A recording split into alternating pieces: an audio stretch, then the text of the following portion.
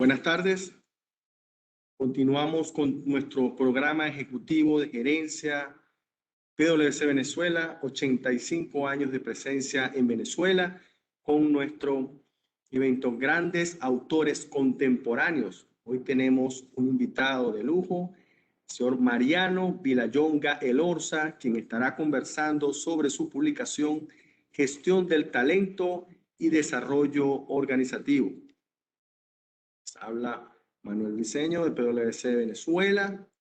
Para dar la introducción a Mariano, vamos a darle la oportunidad a Pedro Pacheco, quien es nuestro socio principal de PwC Venezuela. Adelante, Pedro.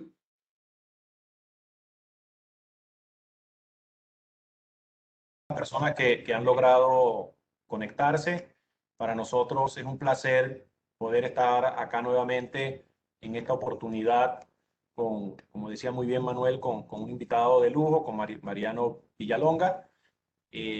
Antes de darle la palabra a Mariano, recordarles que conjuntamente con la Sociedad Anticancerosa de Venezuela estamos llevando adelante este programa ejecutivo de gerencia PwC Venezuela, e invitamos a todos aquellos que puedan apoyar en la noble causa que lleva adelante la Sociedad Anticancerosa de Venezuela. Lamentablemente la situación de pandemia, la COVID-19, pues ha hecho que todos los recursos y todos los esfuerzos estén orientados a la pandemia, y estas otras enfermedades pues están como rezagadas, y de ahí nuestro interés y nuestro entusiasmo en que seguir ayudando una causa como la Sociedad Anticancerosa de Venezuela, creo que es motivo de satisfacción. En ese sentido me acompaña Nelson Río, que es también director de la Sociedad Anticancerosa de Venezuela, y quien sin él estos eventos sería difícil llevarlos adelante. Él ha contactado a muchos de los participantes que hemos tenido el privilegio de que formen parte de este programa.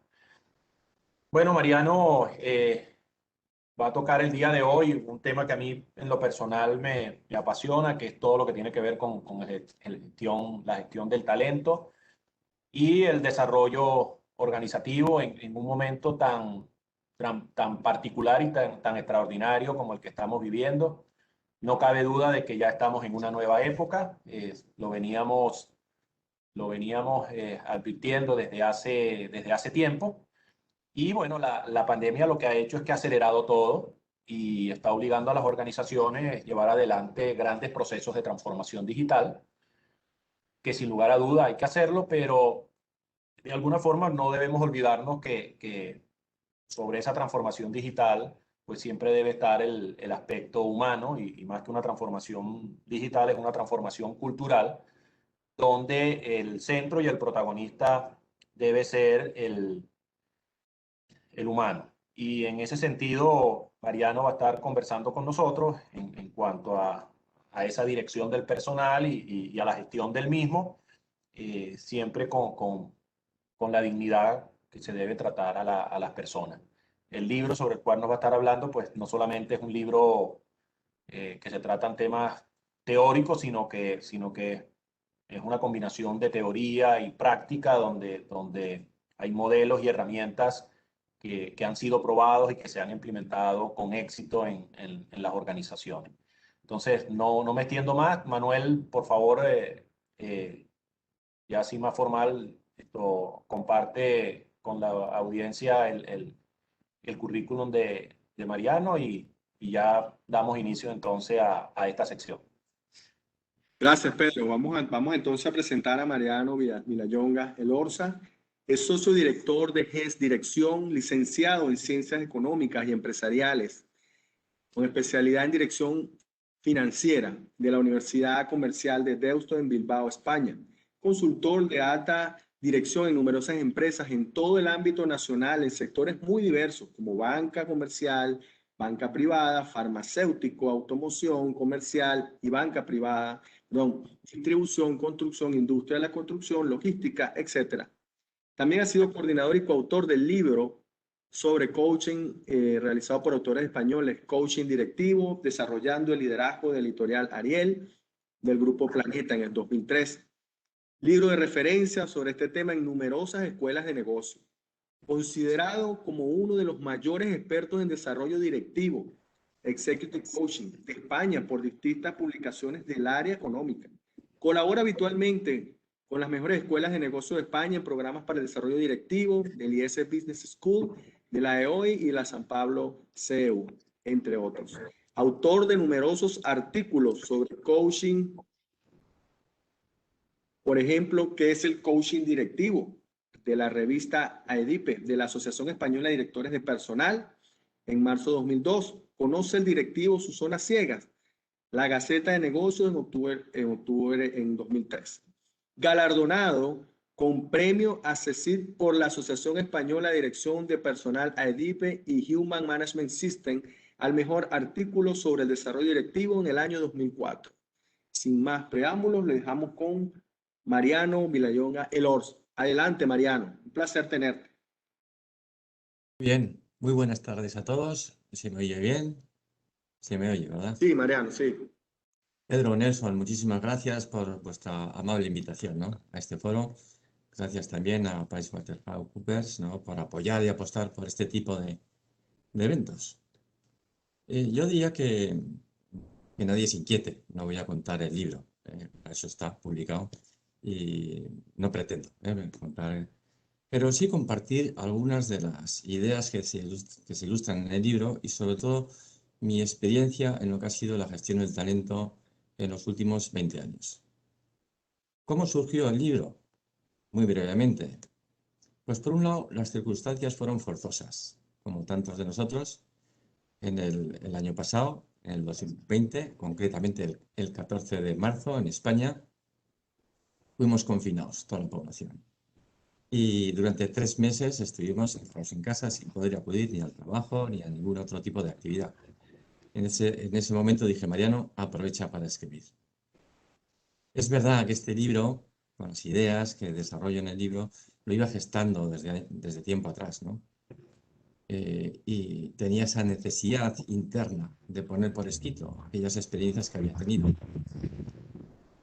Por otro lado, en mi labor como coach ejecutivo con directores seniors, pues es verdad que en los últimos años mi mensaje ha sido, hombre, todo lo que sabes y todo lo que conoces tienes que trasladarlo a la siguiente generación.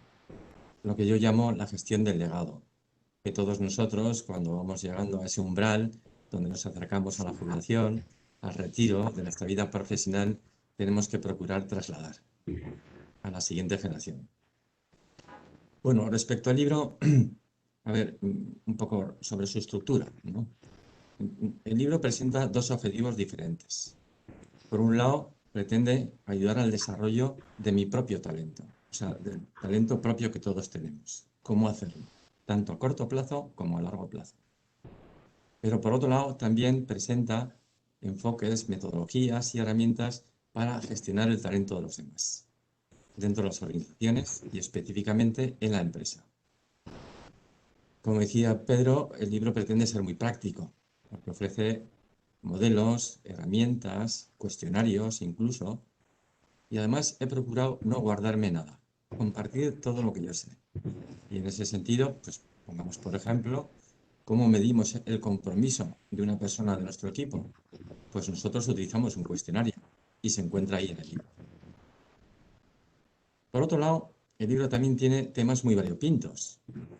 Va desde cómo descubrir y construir mi situación laboral ideal, a otro capítulo que se dedica a los elementos que constituyen el talento de la persona, otro capítulo que se dedica a cómo se construye un mapa del talento dentro de la empresa, otro capítulo sobre la gestión de la incompetencia, otro capítulo sobre la gestión de egos dentro de la empresa, otro capítulo sobre cómo se desarrolla el talento en un consejo de administración. Bueno, en ese sentido he procurado que tenga un amplio abanico, ¿no?, de temas. Por último, respecto al libro, respecto a las ideas que yo traslado sobre la gestión del talento, este libro creo que cuenta con una pequeña ventaja, es que al final de cada capítulo se ofrece una sección que se llama Ideas Fuerza. Después de cada capítulo, en esa sección se encuentran las ideas más importantes que se han tratado y se han desarrollado en ese capítulo. También cuáles son las conclusiones más importantes al respecto. Bueno, esto respecto a lo que es la estructura del libro, ¿no? Pero olvidándonos ya del libro y yendo a la cuestión esencial, que es la gestión del talento, si a mí me preguntaran qué considero que es el corazón en la gestión del talento en una empresa, en una organización, yo creo concluir, bueno, mi propuesta es que para mí el punto principal es construir un buen mapa del talento dentro de la empresa. Decía Peter Drucker, como bien sabemos, el elemento, el factor esencial del siglo XXI va a ser la batalla por el talento. Y yo así lo creo. Porque otros elementos, otros factores, como puede ser el financiero, como puede ser el inmobiliario, como puede ser... Esos vienen y van. Pero el elemento más competitivo a medio y largo plazo lo va a constituir el talento. Esto por un lado. Por otro lado, si en la empresa hacemos inventario de todo, hacemos inventario hasta del número de sillas que hay en la organización, como es lógico. La cuestión es, la pregunta que yo me hago, ¿cómo no vamos a hacer un inventario del talento que dispone esa organización? Si al fin y al cabo es el factor más decisivo. Bueno, para construir ese mapa del talento, en realidad hay que analizar 5 variables distintas. Entre todas ellas conforman el talento. La primera variable es el rendimiento o la productividad que alcanzan las personas que integran dicha organización, sobre todo las personas que ocupan puestos clave.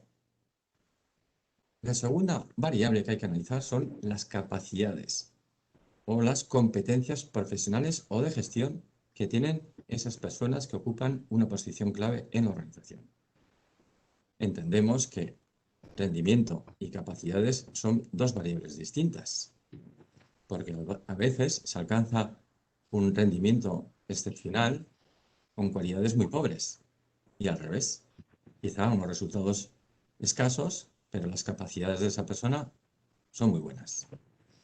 Por eso se trata de 2 variables distintas y hay herramientas distintas para llegar a la productividad que alcanza esa persona, que será la evaluación de desempeño y el análisis de capacidades. Normalmente, y entendemos que la mejor aproximación al análisis de las capacidades y del potencial de una persona se encuentra a través de la herramienta de feedback 360 grados. La tercera variable es el potencial que tiene esa persona. Bien es cierto que suele haber una correlación inversa entre capacidades y potencial. Porque es verdad que a mayor edad en ejercicio profesional se tienen mayores capacidades y el potencial disminuye, y al revés. Cuanto la persona es más joven, se tiene más potencial pero menos capacidades. Para hallar el potencial de una persona, para mí los 2 elementos principales lo constituyen la capacidad de aprendizaje y la determinación de esa persona, el producto de estas 2 variables.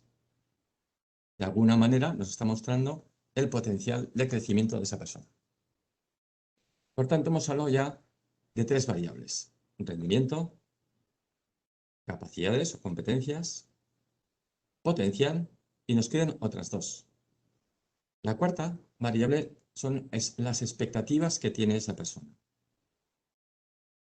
Estas expectativas pueden ser de movilidad funcional o movilidad geográfica. La movilidad funcional pues puede ser pues, la ambición que tiene una persona talentosa, en un crecimiento vertical. O no, a lo mejor en un movimiento horizontal. De hecho, a día de hoy se considera que para que una persona alcance un buen movimiento vertical, antes tiene que pasar por una etapa de movimiento horizontal, de tener experiencias en distintas áreas. Decía, expectativas en su movimiento funcional, pero también expectativas en su movimiento geográfico, de tener experiencias en otros entornos culturales, en otros entornos, en países, en fin, etc. Estas es las expectativas que tiene una persona, sobre todo cuando tiene talento, es una variable también importante a considerar dentro del mapa del talento. Y la quinta variable lo constituye el riesgo de fuga que presenta esa persona talentosa. El riesgo de fuga, la verdad es que es un tema muy bonito. En algunas empresas hemos llegado a constituir un comité para el análisis del riesgo de fuga en esa empresa. En aquellas organizaciones donde se produce una alta rotación de personas talentosas, conviene constituir un comité de análisis para el riesgo de fuga. Bueno, todo esto está muy relacionado con el siguiente tema, para mí principal en lo que es la gestión del talento, que es la gestión del compromiso. En general, pero particularmente con las personas talentosas. Desde mi punto de vista, bueno, la pregunta que yo me hago, que todos nos hacemos es, ¿se puede medir el compromiso de una persona de mi equipo? ¿Qué grado de compromiso tiene? Yo entiendo que, aunque nuestras mediciones son limitadas y aún defectibles, esto no nos impide procurar acercarnos a la realidad lo más posible. Y de ahí que yo propongo pues, un tipo de ejercicio, de reflexión, de cuestionario, para hallar ese riesgo de fuga de una persona. En realidad el compromiso tiene dos componentes, tal y como yo lo veo, y en esto sigo a otro autor de management en español, que es José Aguilar, que a lo mejor no habéis tenido la oportunidad de escucharle. Y José Aguilar propone que el compromiso está compuesto de dos variables. La primera de ellas se refiere a la intensidad en su entrega. Y la segunda variable es su fidelidad en el tiempo. Con estas dos variables, en realidad, tenemos una matriz. Una matriz donde aparecen 4 posibles situaciones o posiciones. Aquellas personas que tienen una intensidad de aportación de valor muy alta para la empresa, pero que además están muy anclados o muy fidelizados a esa organización a largo plazo. Esto es lo que llamamos un perfil típicamente azul. Luego están las personas que tienen una gran aportación de valor. Su intensidad es muy fuerte y la aportación de valor que hacen es muy considerable en la organización. Sin embargo, no están tan vinculados a largo plazo con esa organización o con esa empresa.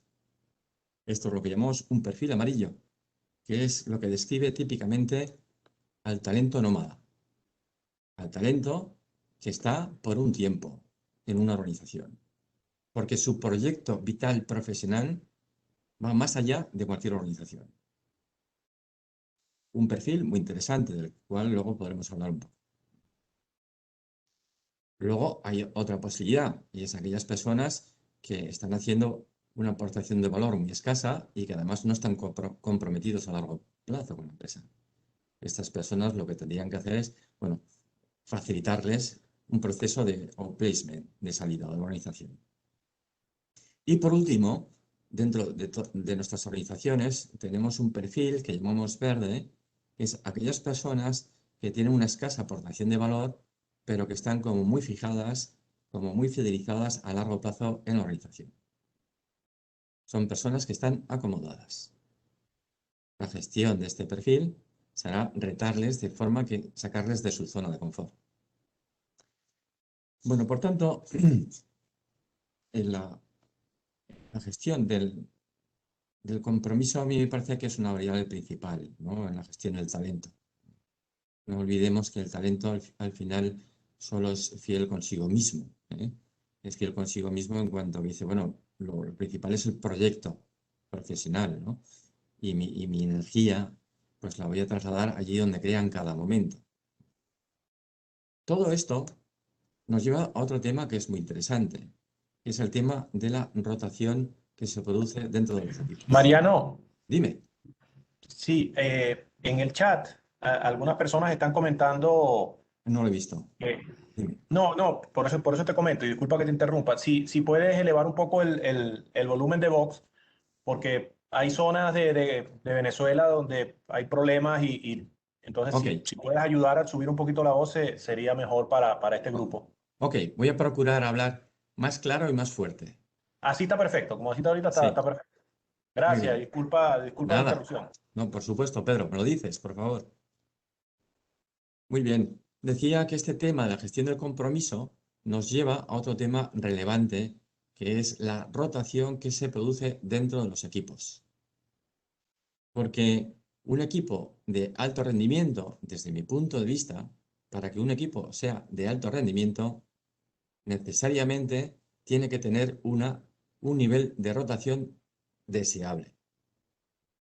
¿En cuánto estimo yo ese nivel de rotación deseable? Pues yo lo estimo aproximadamente, después de estudiar distintos equipos de alto rendimiento, yo lo estimo en un 20% de las personas que integran ese equipo a 3 años vista. En 3 años, el 20% de las personas que integran ese equipo tienen que ir rotando. Rotando significa saliendo unos y entrando otras personas nuevas. Para mí es una variable importante para alcanzar que el equipo sea realmente de alto rendimiento. Bueno, otra cuestión que se deriva de la gestión del talento y de la gestión del compromiso, decía que era el talento nómada. A veces, sobre todo aquellas personas que ocupan un puesto de responsabilidad en la empresa, tropiezan, ¿no?, con personas que son muy talentosas, pero que no queda claro que vayan a estar vinculados a ese proyecto a largo plazo.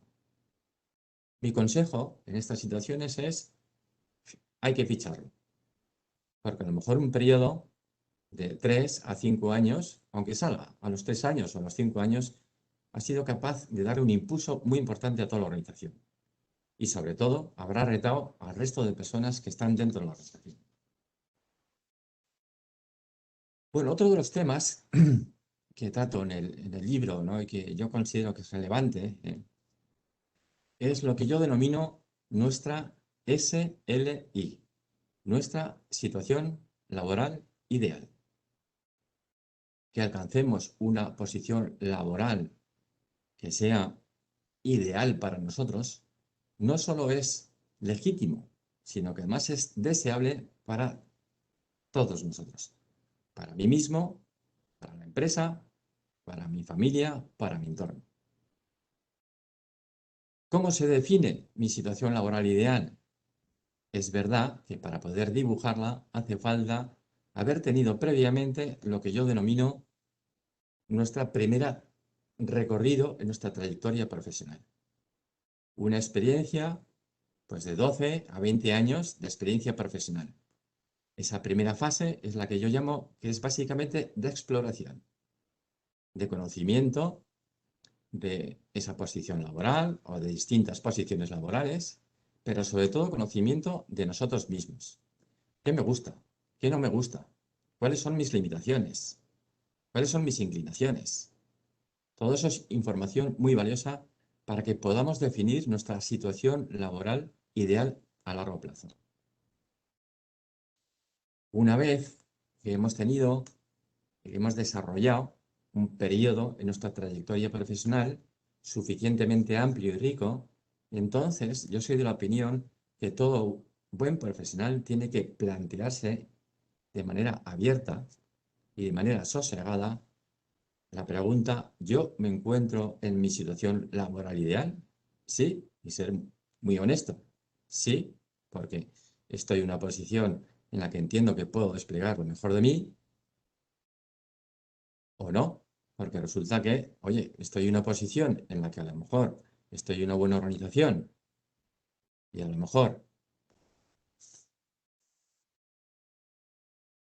tengo un sueldo que es aceptable, el sueldo nunca es bueno, en todo caso será aceptable, pero entiendo que por lo que sea no estoy contento. Bueno, para construir nuestra SLI, nuestra situación laboral ideal, hay una pieza que para mí es clave, que es muy importante, y es lo que se denomina nuestras raíces vitales profesionales. ¿Qué son nuestras raíces vitales profesionales? Son nuestros impulsos motivacionales más importantes a largo plazo. O sea, aquellas características, aquellos elementos que realmente me hacen feliz en el trabajo. Cada uno de nosotros tendrá unas raíces distintas. Hay quien tiene, por ejemplo, pues llegando a ser un buen especialista en su materia. Pues, por ejemplo, un médico cirujano. O no, hay personas que lo tienen siendo emprendedores. Hay personas que su felicidad, su nivel de satisfacción va dirigido sobre todo a conseguir una posición de seguridad y de estabilidad. Hay personas que, sobre todo, ese sentido de satisfacción interna les viene cuando su trabajo tiene un importante impacto social o asistencial. Bueno, cada uno tiene sus propias raíces y lo primero que hay que hacer es descubrirlas. También en el libro ahí se habla del tema de raíces y como un cuestionario para poder hallar sus propios impulsos motivacionales más profundos.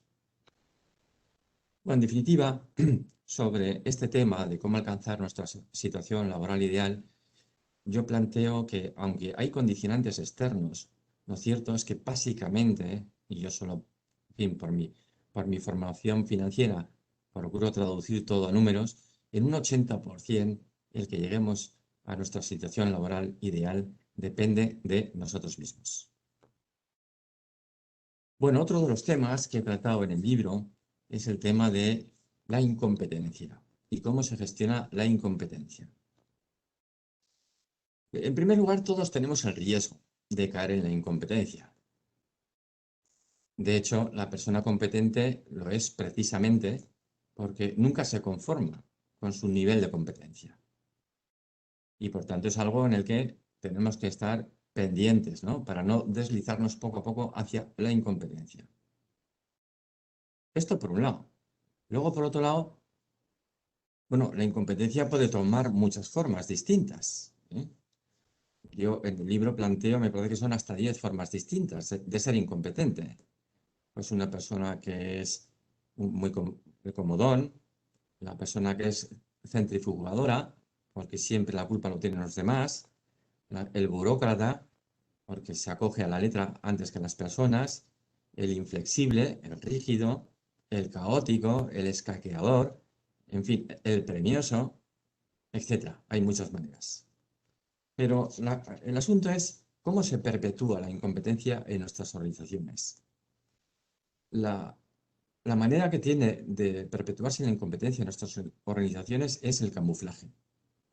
Es decir, el incompetente normalmente lo que busca es pasar desapercibido o agarrarse algunas excusas para perpetuar su situación.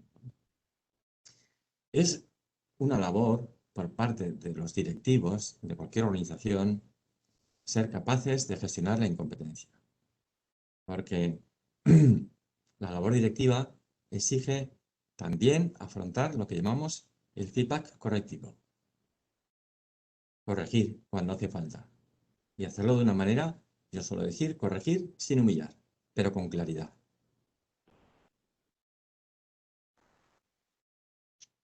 En definitiva, la guerra a la incompetencia, que yo es uno de los planteamientos que suelo hacer, ¿no? Nos permite velar para que el sistema, para que la organización, para que la empresa sea un sistema más justo para todos. Bueno, otro de los aspectos de los capítulos, ¿no? De los aspectos que he tratado en el libro y que considero que puede ser interesante es lo que he llamado yo gestión de egos. ¿Qué es la gestión de egos? Bueno, la premisa es que todos tenemos ego, y tener un cierto aprecio hacia sí mismo es normal y además es conveniente. Es conveniente el que nos apreciemos a nosotros mismos porque es lo que nos va a dar energía e impulso para superar los obstáculos que sufrimos todos los días en el trabajo. El problema es cuando ese ego se convierte en algo desmedido o inadaptado.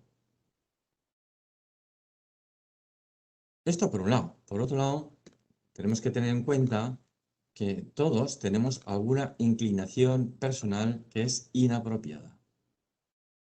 Una inclinación personal que nos lleva pues, a tener un tipo de defecto de manera recurrente. Siguiendo un poco lo que plantea el Manual de Psiquiatría norteamericano, el DSM, pues el Manual de Psiquiatría, como sabéis, pues lo tiene muy categorizado todo ello, ¿no? Y habla pues de 10, ¿no? De 10 disfunciones diferentes que se pueden producir, ¿no? El dependiente, el obsesivo, el narcisista, el antisocial, el límite, el histriónico, el paranoide, en fin, etc. Entonces, bueno, esto por un lado. Pero por otro lado, no hay que intranquilizarse, ¿eh? Porque hay distintos grados de profundidad. Se distinguen 3 grados de profundidad en esas 10 disfunciones, ¿no? El nivel más básico es lo que llamamos rasgos o comportamientos, ¿eh? Comportamientos que pueden ser inapropiados. Todos tenemos algún tipo de comportamiento que en alguna ocasión es inapropiado. Lo que hay que hacer es conocerlo. El siguiente nivel de profundidad son los patrones de comportamiento, que son hábitos más profundos, donde ya se manifiesta una desviación clara y manifiesta. Y el nivel más profundo, el tercer nivel, es lo que los médicos denominan trastorno de personalidad, que propiamente eso constituye una enfermedad. Claro, en la empresa no gestionamos estos, simplemente damos apoyo al crecimiento y al desarrollo profesional en niveles normalizados. Cuando notamos, tenemos enfrente a una persona que tiene alguna disfunción que alcanza un grado de enfermedad, lo que hacemos es derivarlo al médico. Un buen directivo es suficientemente prudente como para no meterse en un terreno que no conoce, como es lógico. Yo suelo decir que al final, cuando en la empresa, ¿no? Cuando tenemos 3 tipos de personas, ¿no? Aquellas personas que tienen problemas, eso somos todos. Aquellas personas que son problemáticas, es decir, esas personas que independientemente que estén en esta posición o en la otra posición, allá donde van, donde no había problemas, empiezan a surgir muchos problemas. Pues es una persona problemática, es decir, el problema lo lleva dentro. Y un tercer nivel de personas, ¿no? Que es aquellas personas que están enfermas. Es verdad que hay algunos estudios de distintas escuelas de negocio, Harvard se ha hecho, y en la Escuela de Negocios del IES, pues también se ha hecho, y aproximadamente entre el 9 y el 11% de los directivos presentan algunos trastornos que requieren de apoyo médico. Es un porcentaje, por tanto, elevado. Bueno, ¿cómo conseguir, ¿no? Esta gestión de egos, ¿no? Para conseguir gestionar bien nuestros egos, primero el nuestro propio, pues tenemos que buscar mesura en en nuestros reclamos, cierta mesura en todo lo que reclamamos. Luego, una variedad de registros, no empecinarnos simplemente con una cosa, ¿no? Y por último, una capacidad de adaptación al entorno. Todo eso nos da la flexibilidad y la adaptación que nos permite encajar bien en ese entorno. Y a la hora de gestionar los egos de otras personas, hay que distinguir cuando entre aquello que una persona me reclama y lo que realmente necesita. Por ejemplo, puede ser que en mi equipo tener una persona que es demasiado dependiente del halago. Pues eso es lo que me estará reclamando continuamente. Que le esté halagando lo bien que hace su trabajo. Y sin embargo nos damos cuenta que es una cosa desmedida. Entonces, pues tendremos que hablar con esa persona y decirle, oye, mira, de vez en cuando te lo diré, pero será ocasionalmente. Por eso hay que distinguir entre lo que una persona me pide y lo que realmente le conviene a esa persona. Por último, en este tema de la gestión de egos, es importante para que los egos no entren en juego dentro de lo que son los criterios de promoción, de sustitución, en puestos clave. Hay que aplacar los egos, porque en esos momentos se disparan. Cuando de pronto se produce una vacante en una posición alta en el organigrama. Entonces, para que los egos no sean los que se lleven el gato al agua, que decimos en España, los que acaben ganando la batalla, para eso hay que establecer con claridad cuáles son los criterios de selección y los criterios de promoción. Cuanto mayor claridad y mayor transparencia hay en esos criterios, mejor para todos.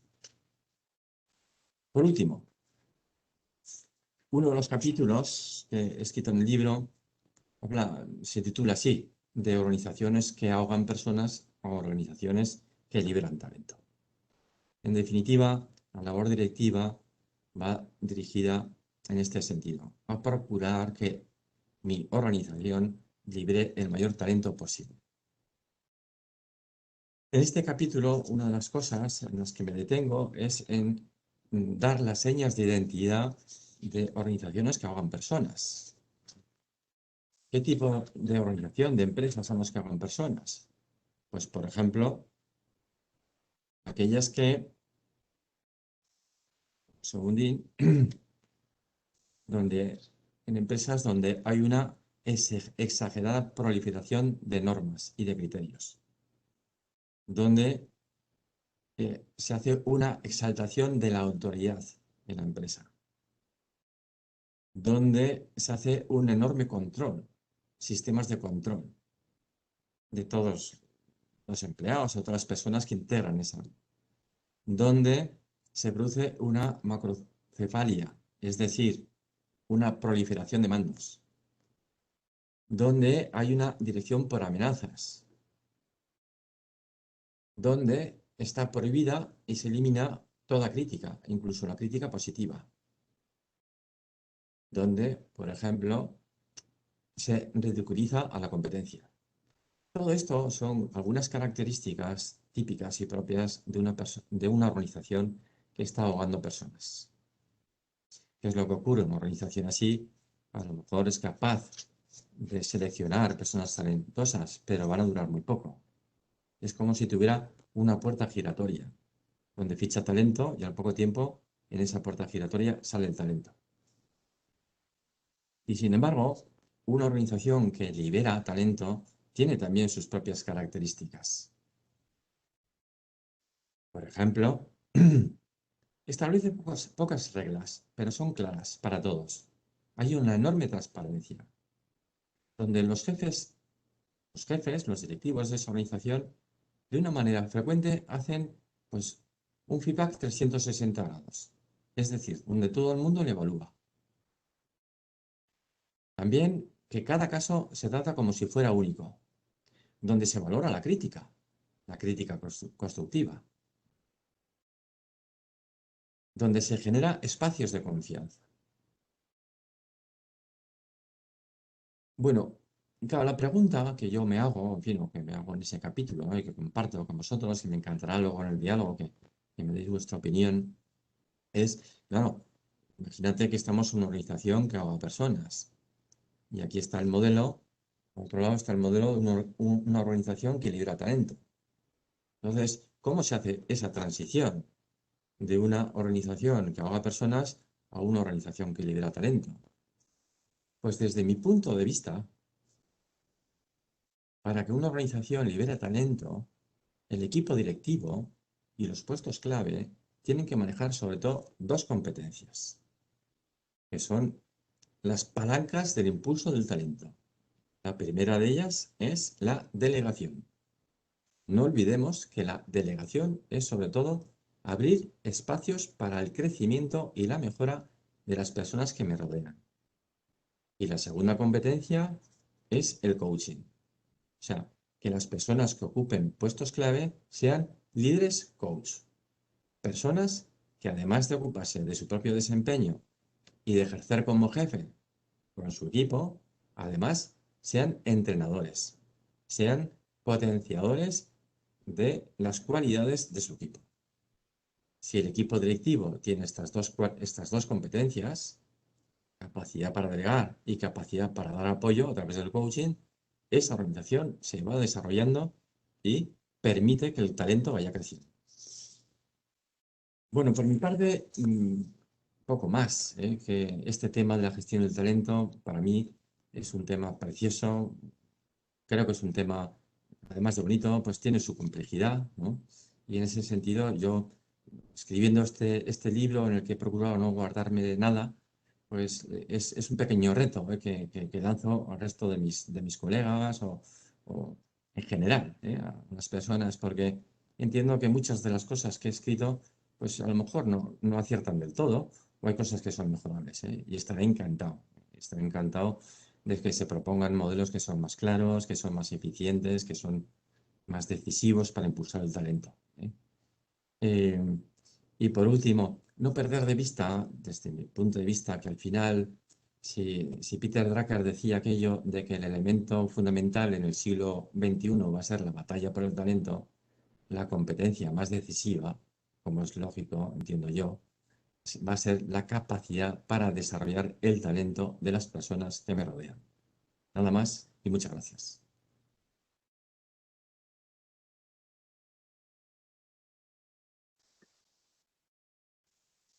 Excelente, Mariano. Excelente. Pedro, ¿tú querías comentar algo antes de pasar a la sesión de preguntas y respuestas? No, propongo que pasemos directo a las preguntas y después puedo intercambiar algunas ideas y algunas preguntas al final con Mariano. Ok, excelente. Por aquí tenemos hay una reflexión que dice, el famoso principio de Peter establece que en una jerarquía todo empleado tiende a ascender hasta su nivel de incompetencia. En época de grandes cambios, como el actual, es más fácil y rápido alcanzar dicho nivel. ¿Qué opinas sobre esto, Mariano? Muy bien. Sí, me parece una pregunta muy oportuna y muy interesante. Efectivamente, ¿no? Que muchas veces se ha producido que una persona en organizaciones, ¿no? Se ha convertido en que uno va promocionando hasta alcanzar su nivel de incompetencia. Un caso que creo que está muy extendido a este respecto es aquella persona que tiene una posición técnica muy valiosa y que tiene un gran conocimiento técnico de su área, me da igual que sea en finanzas, que sea en fiscalidad, que sea, es igual, ¿no? Lo que fuera, en nuevas tecnologías, y que porque es muy buena en su área técnica es promocionada verticalmente, ¿eh? Y se le lleva a una posición en la que esa persona no tiene competencias propiamente gerenciales. Y entonces lo has puesto en una situación de compromiso para esa persona, de insatisfacción para él, para su equipo y para toda la organización. Y si además a esto añadimos lo que dice el que pregunta, ¿no? La persona que hace esta pregunta, en momentos de cambios tan bruscos y tan súbitos como es la época de pandemia, entonces esta situación se puede producir de una forma acelerada, ¿correcto? De ahí que lo que yo sugiero, antes lo mencionaba de pasada, que una buena organización tiene que establecer con claridad y por tanto de manera, en la medida posible, cuantitativa, con claridad y con transparencia para todos los interesados, los criterios de promoción. Excelente, Mariano.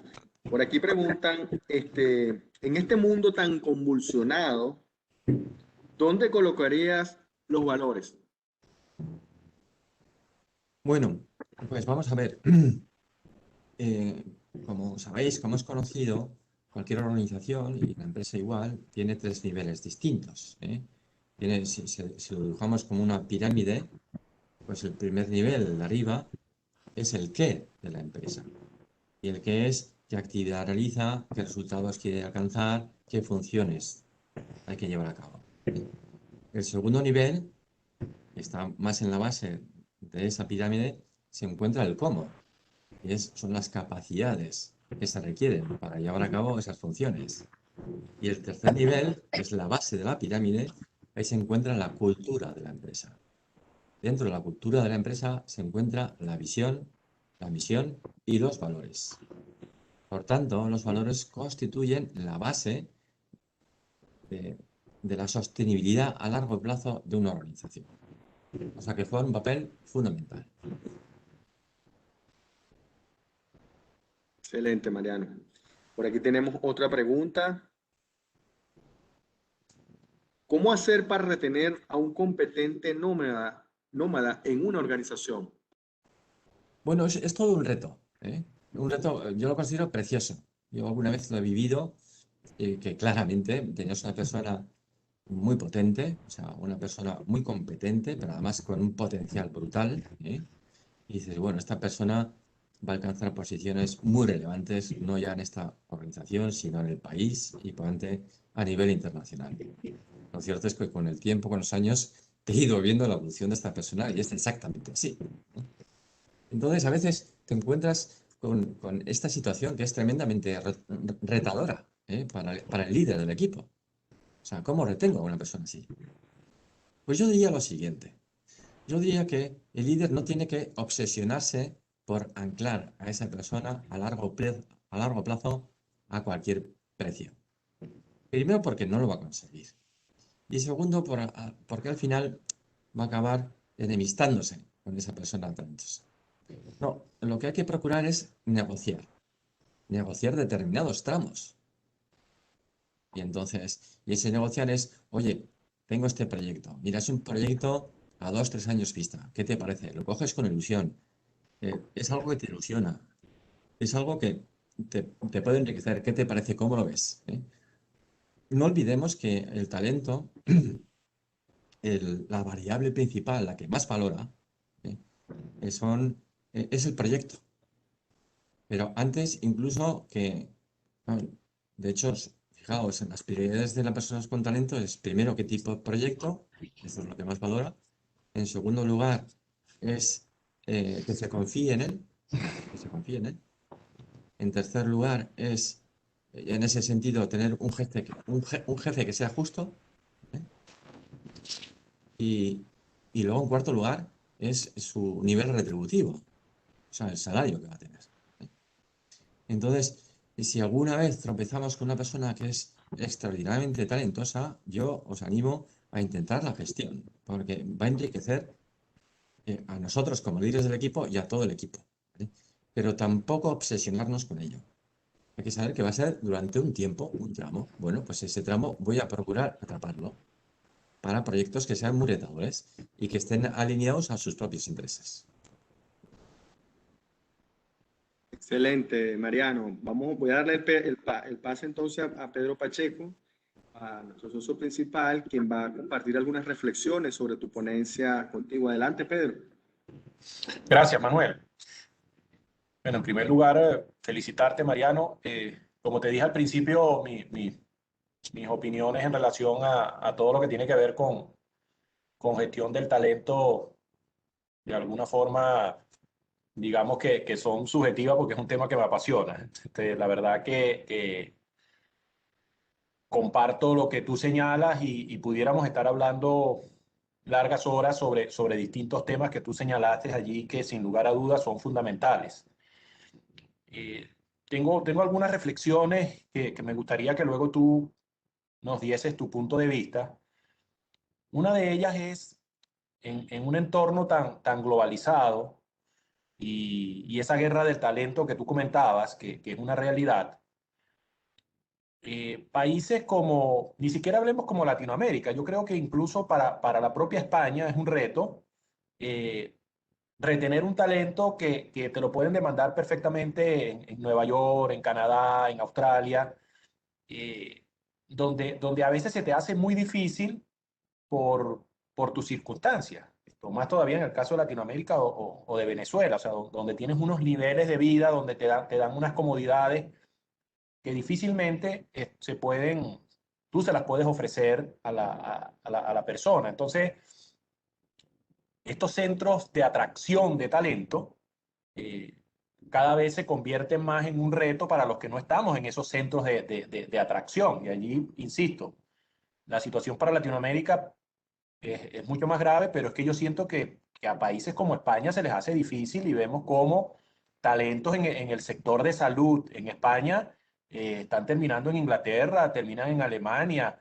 Eh, entonces allí pareciera que no solamente es suficiente la estrategia de la empresa, sino que se deben incorporar estrategias de Estado, de tomar conciencia de esta realidad, de que si queremos mantener niveles de competitividad alto con personal talentoso y estamos, por decirlo de alguna forma, luchando con esos monstruos, individualmente las organizaciones se les hace difícil. No sé qué opinas al respecto en relación a este tema y bueno, luego tengo también otros comentarios, pero me gustaría tu opinión en relación a este en particular. Muy bien, Pedro. Bueno, a ver, lo que has descrito tienes toda la razón y además responde a la realidad. O sea, en el mundo, pues hay determinados polos de atracción del talento internacional. Y de nuevas tecnologías, pues está claro que es Silicon Valley, por ejemplo, uno de los polos. No es el único, ¿eh? También puede ocurrir en Israel, ¿no? O en India, ¿eh? Entonces, en la medida posible que se vaya diversificando para que no haya un único polo de atracción del talento en una determinada área en el mundo, sino que vayan surgiendo distintos polos, ¿no? A este respecto, como tú dices, hace falta el apoyo por parte de los gobiernos para que se vayan construyendo esos polos de atracción, porque requieren inversiones muy importantes. Primero de recursos materiales y luego en ir fichando ese talento internacional que tiene su coste, también su coste laboral, ¿no? Podríamos decir. Bueno, esto por un lado, ¿no? Y entonces, en ese sentido, hay una guerra global de lo que es la atracción del talento. Y en nuestro país y en nuestra región, pues no podremos entrar en esa Champions, podríamos decir, ¿no? En esa liga, ¿eh? Pero yo soy de la opinión, Pedro, que en general, al final, en todos los países y en todas las regiones, en todas las ciudades, por tanto, sí se produce un flujo y un reflujo en el talento. Y me explico. O sea, es lógico que una ciudad pues, más o menos cosmopolita, una ciudad abierta, pues los universitarios vayan a tener experiencias internacionales. Y creo que es lo lógico y es lo bueno a esas personas y para el país, e incluso para la región de donde salen, ¿eh? Pero hay que procurar luego estar muy atentos a lo que yo llamo el reflujo o la vuelta del talento.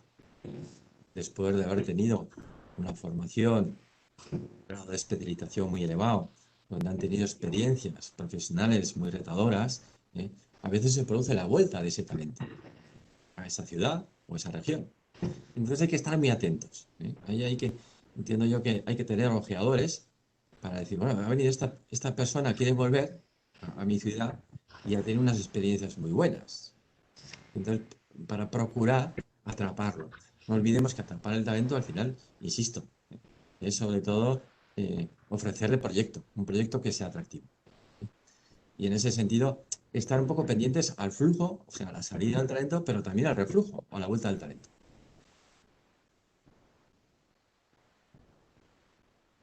Perfecto, muchas gracias. Otro aspecto que tú señalas allí y que compartimos 100% es el tema de el grado de compromiso.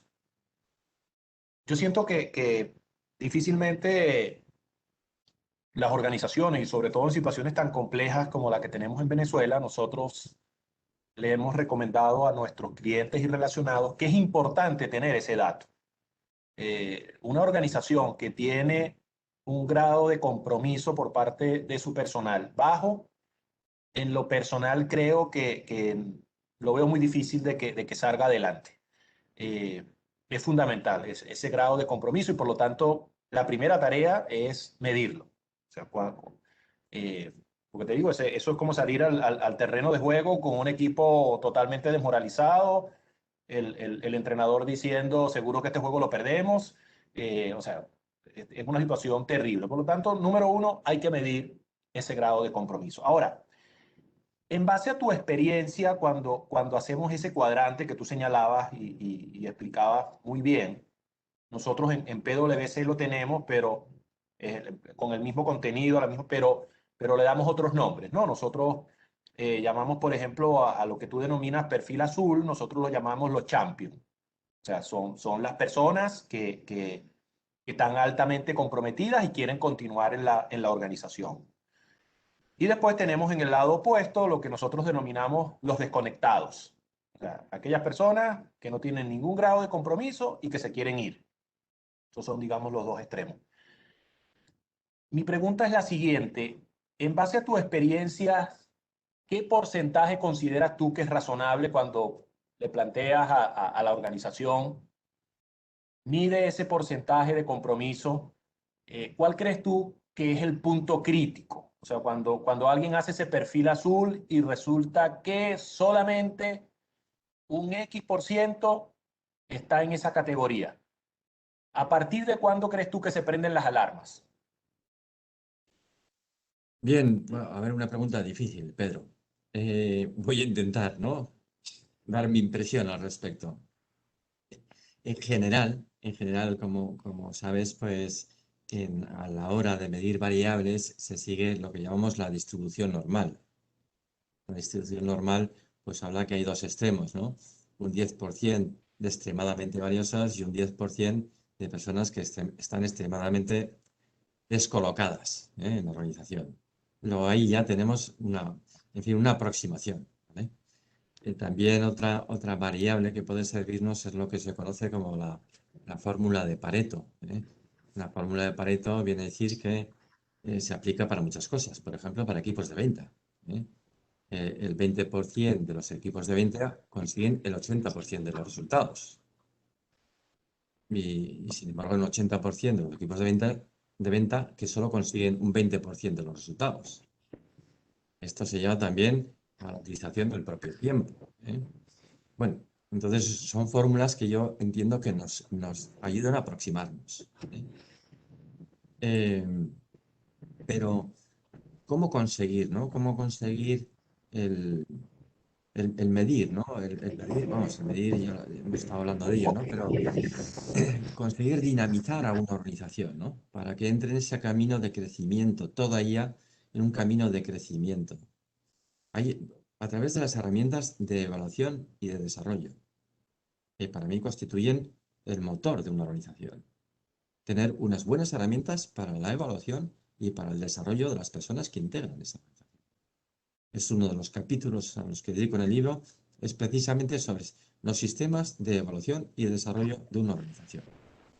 Esos sistemas tienen que ser, primero, muy justos y luego suficientemente dinámicos para conseguir poner a toda la plantilla en esa línea ascendente de crecimiento. En esa línea ascendente de crecimiento habrá algunas personas que caigan, pero eso es la vida misma.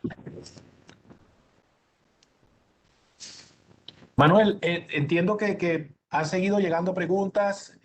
Digamos que si te parece, en aras del tiempo, seleccionar dos de ellas y no abusar del tiempo de Mariano. Acuérdanos que tenemos 6 horas de diferencia y ya para él es de noche, lo cual también es un motivo adicional para agradecer su participación en este evento. Adelante, Manuel. Ok, seguro.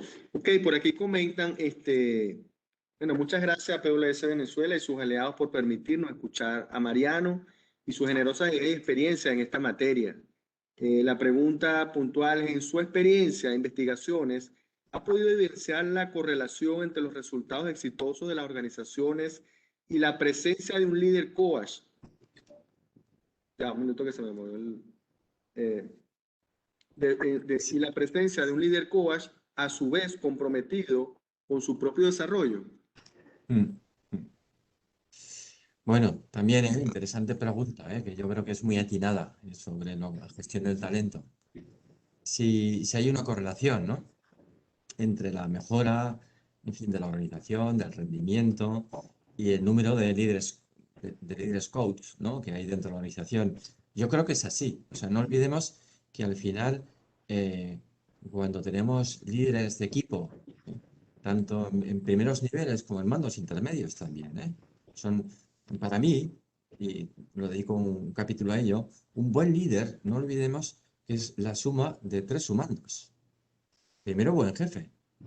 Y buen jefe es saber mandar. Pero que en ese capítulo cuento cuáles son los 5 elementos básicos para mandar bien. Decía, un buen líder es igual a un buen jefe, más segundo sumando, líder coach. Es decir, que además de mandar, sea capaz de entrenar y sacar el potencial, desarrollar el potencial de sus colaboradores. Y el tercer sumando es el de mentor. Y el de mentor es, nosotros distinguimos el coaching del mentoring, porque los dos se refieren al desarrollo, pero el coaching se refiere sobre todo al crecimiento a corto plazo, a 1 o 2 años vista, y el mentoring hace referencia al desarrollo a largo plazo, a 3 o 5 años vista. Un buen líder tiene que hacer también con su equipo de mentor. Y de mentor significa estar pensando en ellos, en cuál es la posición ideal para ellos, a 3 o 5 años vista. Entonces, Hombre, si todos nuestros líderes son capaces de ejercitar como buenos jefes, como buenos coaches y como buenos mentores, esa organización está en crecimiento. No solo las personas, sino también los resultados que se obtienen en esa organización. Muy bien, Mariano, por aquí tenemos una última pregunta. ¿Existe alguna correlación entre el perfil denominado amarillo en la gestión de compromiso y el grupo etario, generación? Si ese fuera el caso, ¿hay patrones de estímulos especializados? Sí, no sé si he entendido bien la pregunta. Yo lo que he entendido es si existe una correlación o una relación, ¿no?, entre lo que hemos llamado el perfil amarillo, que es el talento nómada, o sea, gente con mucha aportación de valor, pero que está de paso, y determinada generación. Bueno, Correcto.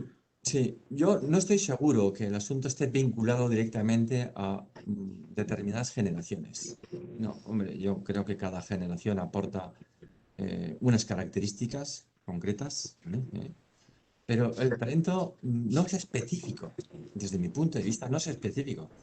O está restringido nada más que a una determinada generación, ¿no? Millennials o generación Y o la Z, no, no, o del baby boom, ¿no? No, yo creo que el talento se encuentra repartido en las distintas generaciones, ¿no? Yo por eso ahí no tengo ninguna evidencia. Bueno, muchísimas gracias, Mariano. De verdad, excelentes comentarios. Bueno, ya para ir cerrando, voy a dejarle las palabras despedidas a Pedro. Adelante, Pedro. Bueno, Mariano, la verdad que muy contentos y satisfechos de que hayas compartido con nosotros este tiempo. Sin lugar a dudas que ha superado las expectativas en un tema que es fundamental, sin lugar a dudas. Como comentábamos al principio, es natural que en este momento haya una focalización hacia el tema digital. Sin embargo, más que la transformación digital, es la transformación cultural de las organizaciones, las que debemos o las que nos deben servir de guía en este momento tan complejo, tan particular. Estamos en un momento excepcional. Yo creo que como generación, indistintamente de las edades que tengamos, somos unos privilegiados de vivir un momento de tanta transformación y de tantas vivencias, perdón. Más allá de lo triste y lamentable del lado negativo de la pandemia, obviamente que está vinculado con la pérdida de amigos, de seres queridos, la pandemia ha venido a acelerar todos estos procesos y nos ha puesto a recapacitar y a reconsiderar muchos aspectos que estaban olvidados o que el área de confort no nos hacía o no nos obligaba a analizarlo. Entonces creo que este es un momento extraordinario para las organizaciones, para el ser humano, para al final lo que representa la gestión del talento. Entonces, la verdad que muy agradecido con tu presencia. Esperamos que esta sea una de muchas ocasiones en las cuales podamos intercambiar y Dios quiera en el futuro, pues tengamos la oportunidad de tener este encuentro en forma presencial acá en Venezuela. Para nosotros sería un placer recibirte acá y poder disfrutar de tu conocimiento y de tus experiencias. Ya en aras del tiempo, bueno, señalarles a los participantes y recordarles que el próximo evento será el 5 de agosto, igualmente a las 3 de la tarde, y en esa oportunidad nos estará acompañando Enrique Sueiro con su libro Brújula Directiva. Nos queda agosto, después de septiembre hasta noviembre. Esto ya estamos próximos a finalizar este programa de grandes autores contemporáneos que sin lugar a dudas ha superado las expectativas en su conjunto. Y bueno, le anticipo algunas de las ideas que estamos evaluando con Nelson, que es luego sacar un compendio de todas estas extraordinarias ponencias, como ha sido la del día de hoy y la del resto de los participantes. Muchísimas gracias, sigan cuidándose y espero verlos nuevamente, como les dije antes, el 3 de agosto. Muchas gracias, felicidades. Chao, Mariano. Pedro, Muchas gracias nuevamente. gracias a vosotros y un abrazo para todos. Muchísimas gracias a toda la audiencia. Gracias, Mariano y Pedro, las palabras de cierre. Por hoy cerramos nuestro evento Grandes Autores Contemporáneos, parte de nuestro programa ejecutivo de gerencia 85 años de PwC en Venezuela. Tenemos una cita el próximo 5 de agosto a las 3 de la tarde. Estaremos con Enrique Sueiro conversando sobre su publicación Brújula Directiva 25 Horizontes. ¿Okay? Bueno, que tengan una feliz tarde. Les acompañó Manuel Briceño, socio de autoridad interna de PwC. Hasta la próxima jornada. Bye. Hasta luego.